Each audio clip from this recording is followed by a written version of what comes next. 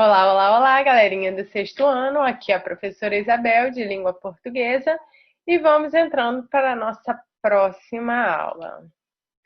A nossa aula de número 14 vai ser muito massa e a gente vai falar de textos multissemióticos, inferência, enigma. E uma tarefa muito legal para vocês fazerem e me enviarem, tá bom?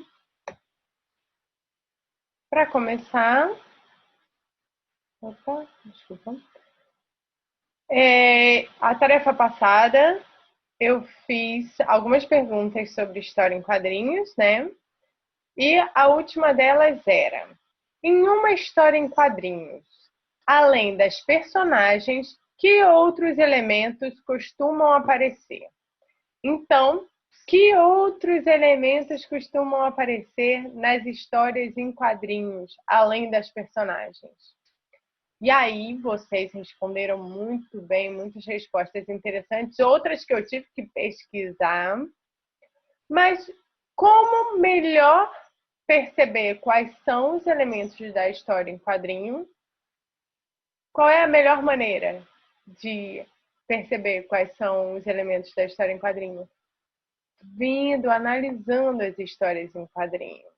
Então eu trouxe aqui para vocês essa personagem que eu gosto muito, a Mafalda, que ela é uma personagem do Quino, um autor argentino, muito bacana. Ele nasceu em 1932, então, no começo do século passado, antes da metade do século passado, e ele fazia histórias críticas, né? Vocês vão ver. Aí aqui, junto com a Mafalda, tá o Manelito e a Susanita, que são os amigos dela. Para começar, antes de tudo, a gente já pode perceber um elemento, né?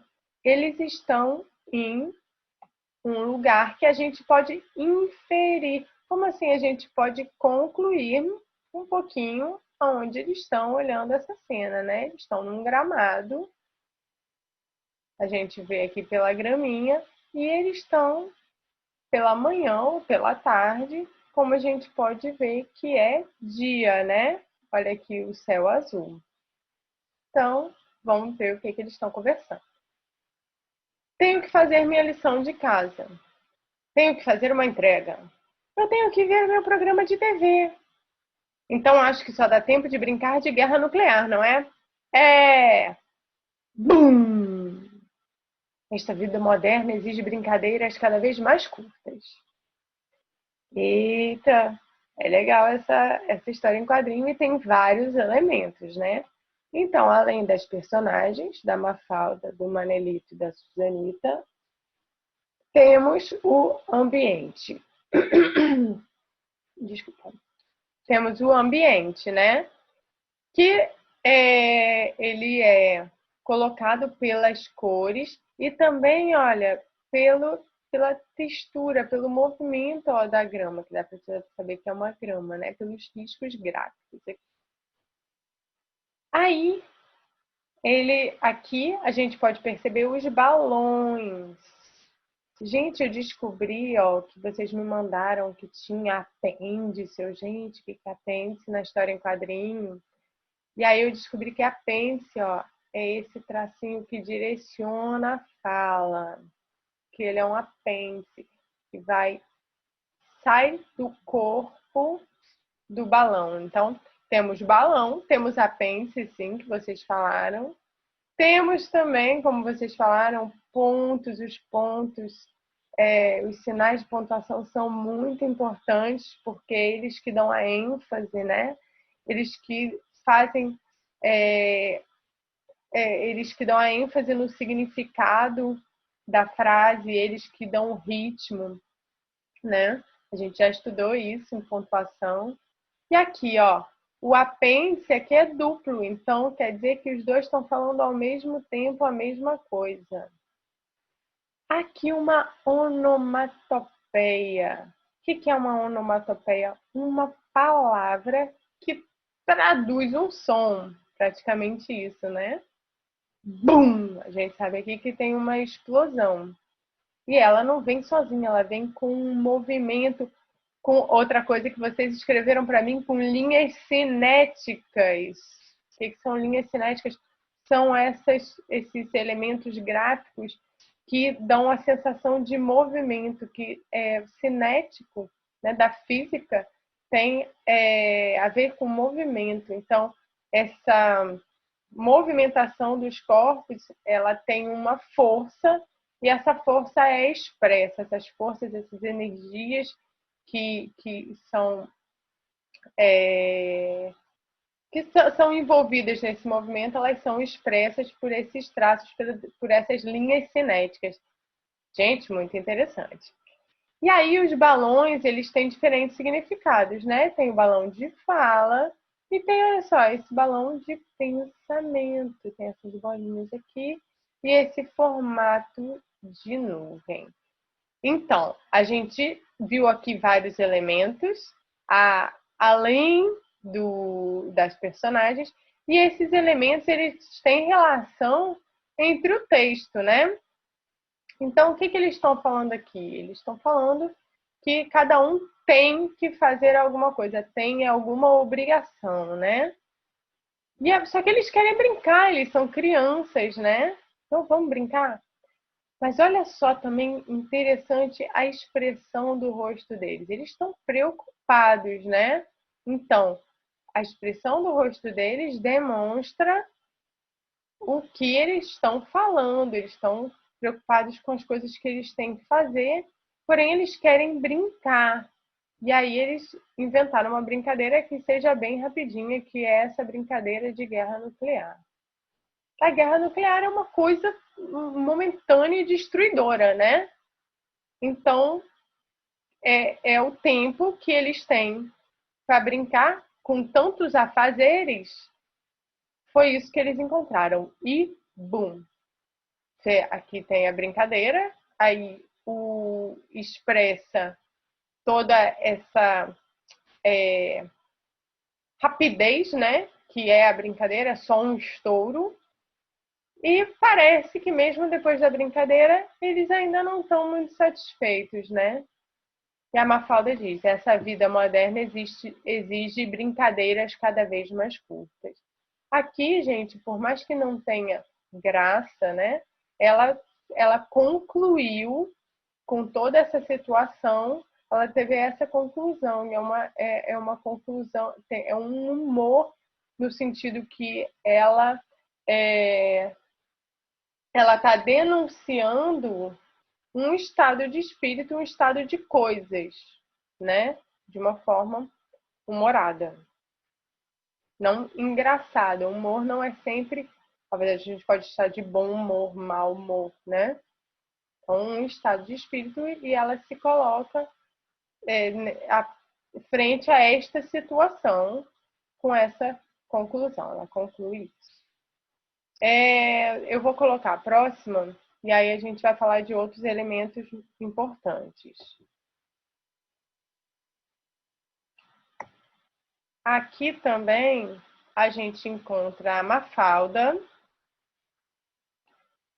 com o Miguelito dessa vez, que é um outro amigo dela. Aí vocês veem aqui, ó, que agora é um outro ambiente. Teve gente que botou árvores, né? Casas aqui, a árvore. Então mostra que eles estão em outro ambiente. Onde eles estão? Estão na rua, né? E aqui o Miguelito está sentado na calçada. Como que a gente pode perceber isso? Porque a gente conhece, é o nosso conhecimento de mundo, de que a calçada é assim, né? Que aqui tem um muro, a gente pode ver por essa rachadura. Então, são vários elementos. E aí vamos à fala das personagens. Não estou entendendo, Miguelito. Que história é essa de ficar sentado esperando alguma coisa da vida? É isso mesmo, vou ficar aqui sentado esperando a vida me dar alguma coisa. Será que o mundo está assim porque está cheio de miguelitos? Então, gente, mais uma vez, a, a gente tem, né, na história em quadrinho, como a gente já viu, a história em quadrinho, ela é um tipo de texto narrativo. Então, ela conta uma história, ela tem o começo, meio e fim, não é verdade? E aí começa com uma situação, um conflito, né? Então, alguma coisa que está sendo problematizada. Miguelito está lá sentado, é uma fala, mas você vai ficar sentado? E aí começa a desenvolver essa narrativa. Ele afirma que sim, vai ficar ali sentado esperando alguma coisa cair do céu e se resolver. Ela fica pensativa, Mafalda, e conclui. Conclui, na verdade, com um questionamento bem que nos faz pensar, né? Será que o mundo está assim porque está cheio de miguelitos? Será que o mundo está assim como? Que situação é essa? E aí a gente contextualiza que a Mafalda é uma pessoa, é uma criança muito crítica. Ela vê que a forma que o mundo funciona com suas desigualdades não é bacana. E aí ela se questiona que talvez o mundo não seja bacana, por quê? Porque as pessoas, ao invés de fazer alguma coisa, ficam esperando alguma coisa cair do céu, né? E aí, mais uma vez, a gente pode perceber, acompanhando o texto escrito, os textos visuais, né? Então, a expressão da Mafalda fazendo uma pergunta, né? Olha as mãos dela. E ele, sim, confirma, mas com um certo ímpeto, né? Sim, vou ficar assim. Vê pela cara dele, também pela posição das mãos, que ele está numa posição de espera, né? E ela faz uma expressão pensativa. Então, todos esses elementos são importantes para essa narrativa, são importantes para a nossa compreensão desse texto, né? História em quadrinho, que eu adoro. E então vamos ver mais uma história em quadrinho que dialoga com essa daqui, né?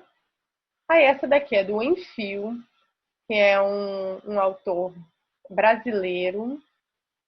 Deixa eu ver aqui o ano dele. Ele nasceu em 1944 e morreu em 1988. Ele viveu durante a ditadura militar.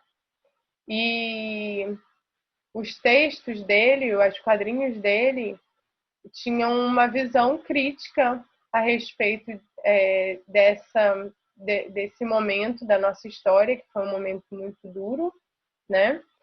E ele denuncia. Então, esse é o contexto em qual está o Enfio. Então, por que isso é importante, professora, saber o contexto? Porque a gente está falando de inferência, né?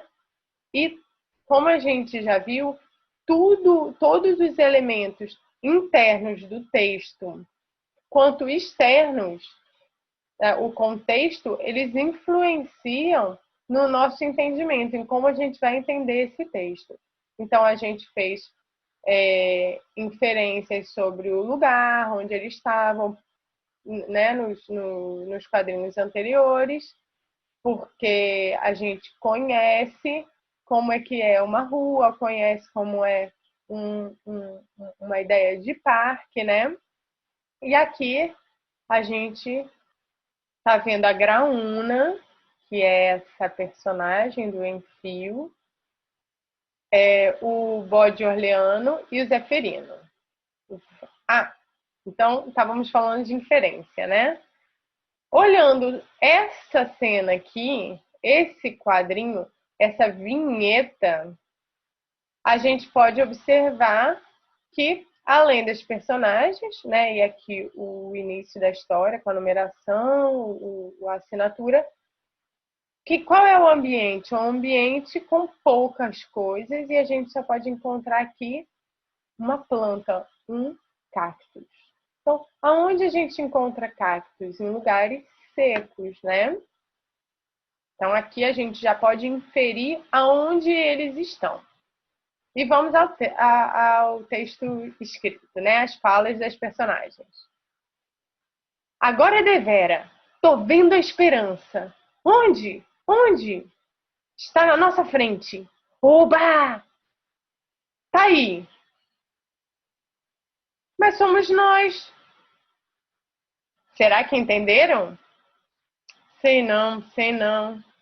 Tem um leitor ali que tá com um sorriso inteligente. Então, pessoal, aqui também a gente trabalha com humor, né? É uma forma crítica de ver a vida, de ver as situações vividas, né? Aqui, a Graúna fala que está vendo a esperança e ali a gente só vê um cactus, né? Será que a esperança está ali no cactus? E aí, parece que eles... Aqui, olha o movimento aqui correndo, as linhas cinéticas, né? Oba, estão felizes. Olha a expressão. Gente, como poucas linhas podem mudar a expressão. Olha só, a cara de onde, a movimentação do corpo, a empolgação, né?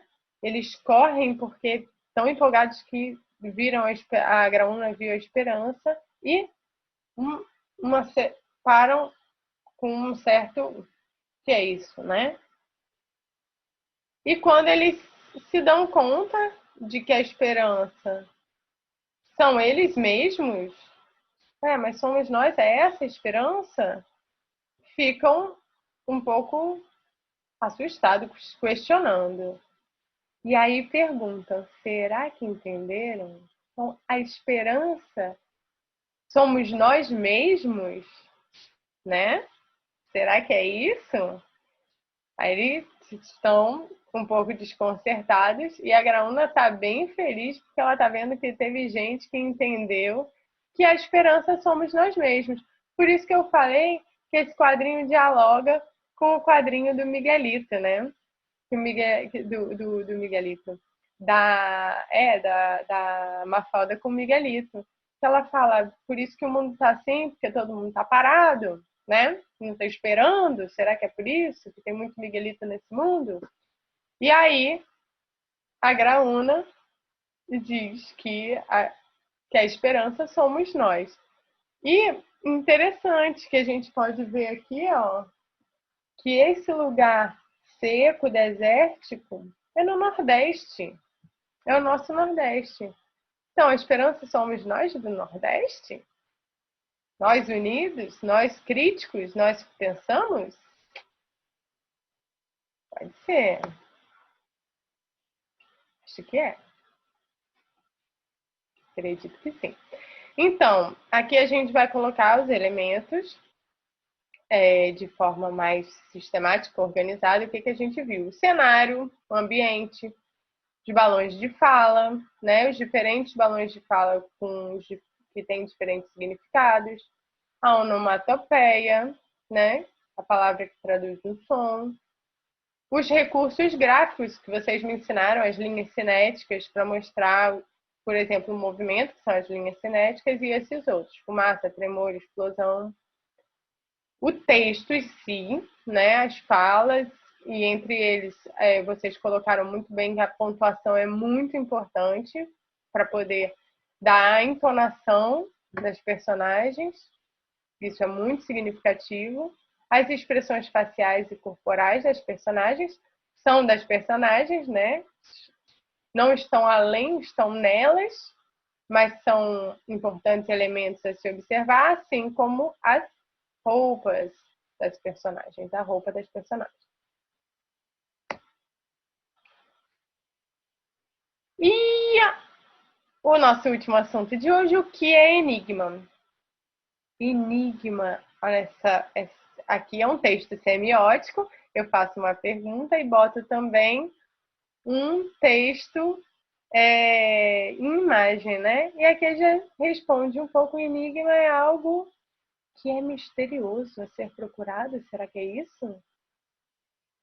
Então, como vocês sabem que eu adoro, já fizemos essa atividade juntos de buscar no dicionário, né? Eu busco em vários dicionários e vou fazendo uma miscelânea de melhores significados para o nosso contexto.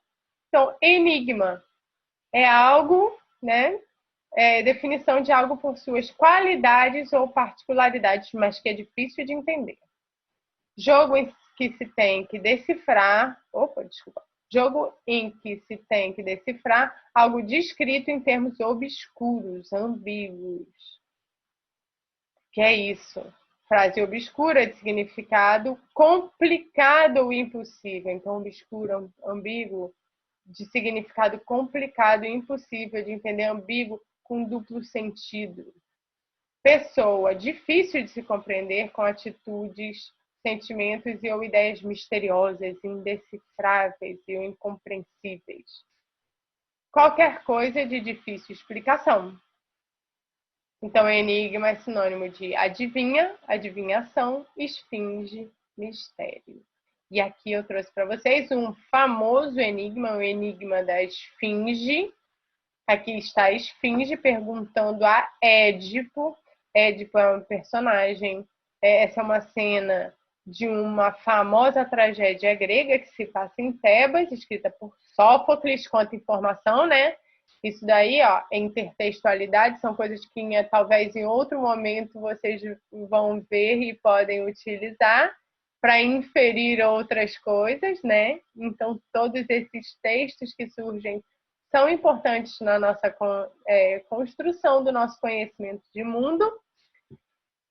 E o enigma é esse: que animal anda pelas manhãs sobre 4 patas, à tarde sobre 2 e à noite sobre 3? E aí eu vou deixar vocês pensando um pouquinho.